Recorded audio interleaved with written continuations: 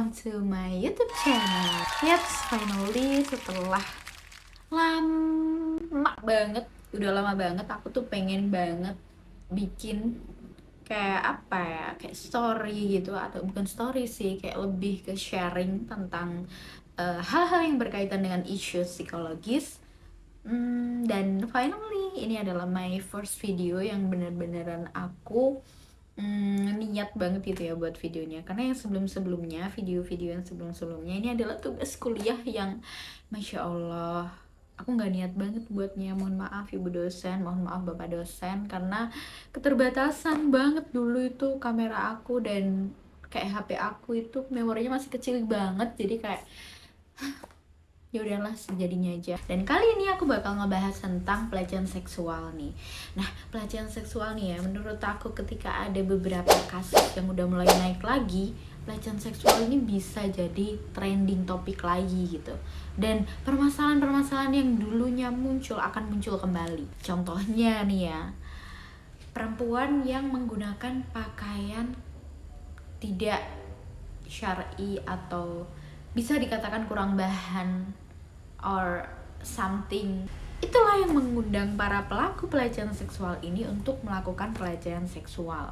So, jadi apakah di konteks pelecehan seksual ini adalah yang salah itu adalah korbannya? Sayang banget sih sama pemikiran-pemikiran seperti itu. Namanya juga korban. Sekarang pelecehan seksual itu nggak hanya didapatkan oleh seseorang yang menggunakan pakaian mini, tapi bahkan orang yang tertutup pun, orang yang menggunakan pakaian yang sudah menutup aurat, sudah berhijab, sudah syar'i, itu pun masih berkemungkinan untuk mendapatkan perilaku pelecehan seksual. Jadi di sini yang salah itu pelakunya atau korbannya. Namanya juga pelecehan seksual, yang salah adalah pelakunya. Ini adalah kisah nyata yang kemudian sedikit demi sedikit aku konekkan dengan teori-teori yang pernah aku pelajarin di S1 psikologi aku. Kenapa seorang korban pelecehan seksual ketika mengalami pelecehan seksual itu dia nggak bisa ngapa-ngapain? So guys, jadi seseorang ketika menghadapi situasi tertentu, maka dia akan merespon peristiwa tersebut dengan 3 hal ini. Yang pertama adalah fight. Fight itu adalah melawan. Jadi dia akan melawan jika memang pada suatu kondisi itu memungkinkan untuk dilawan. Lalu yang kedua adalah flight. Flight itu adalah menghindar. Nah, pada situasi pelecehan seksual ini, kebanyakan seorang korban pelecehan seksual ini dia akan mengeluarkan respon freeze atau nge-freeze. Dia benar-benar nggak bisa ngapa-ngapain. Mungkin maybe masih bisa teriak sedikit, tapi dia benar-benar nggak bisa ngapa-ngapain dan nge-freeze. Inilah yang dinamakan tonic immobility. Jadi kayak dia itu diam, terpaku, gak bisa ngapa-ngapain, kayak tubuh itu sulit banget untuk digerakkan dan dia sulit banget untuk berkata tidak.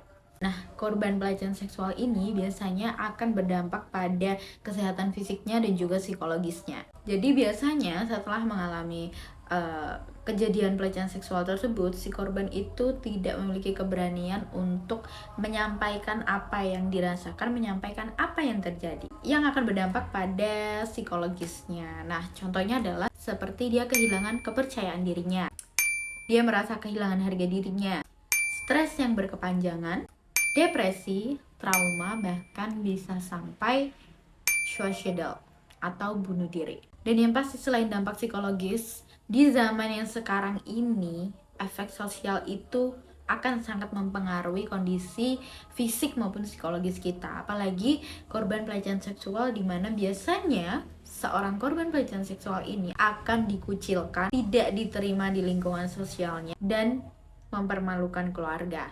Nah, sekarang tuh memang kasus-kasus pelecehan seksual tuh banyak banget yang udah mulai ke up ya. Dan bisa aja yang belum ke up itu lebih banyak dari ini. Ini adalah pesan, ini adalah closing statement ya. Ini adalah closing statement dari my first video, bahwa ketika kalian menemui seorang korban pelecehan seksual, maka lihatlah dia sebagai manusia seutuhnya. Lihatlah dia sebagai seorang manusia yang berpotensi, lihatlah dia sebagai manusia yang berhak untuk bahagia, dan jangan lihat dia sebagai korban pelecehan seksual.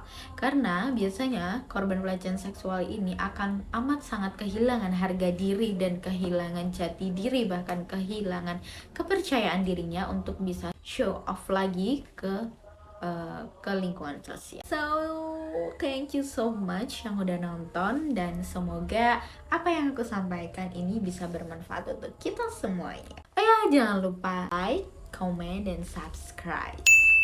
Aku akan bahas terkait dengan isu-isu psikologis yang lainnya. So, buat kamu yang membutuhkan teman cerita, membutuhkan konseling secara gratis, kalian bisa langsung follow Instagram Konseba. Ini adalah platform konseling online yang bisa diakses secara gampang seluruh Indonesia dan gratis pastinya. Dan aku adalah salah satu konselor yang ada di Konseba. So, see you the next video. Bye-bye.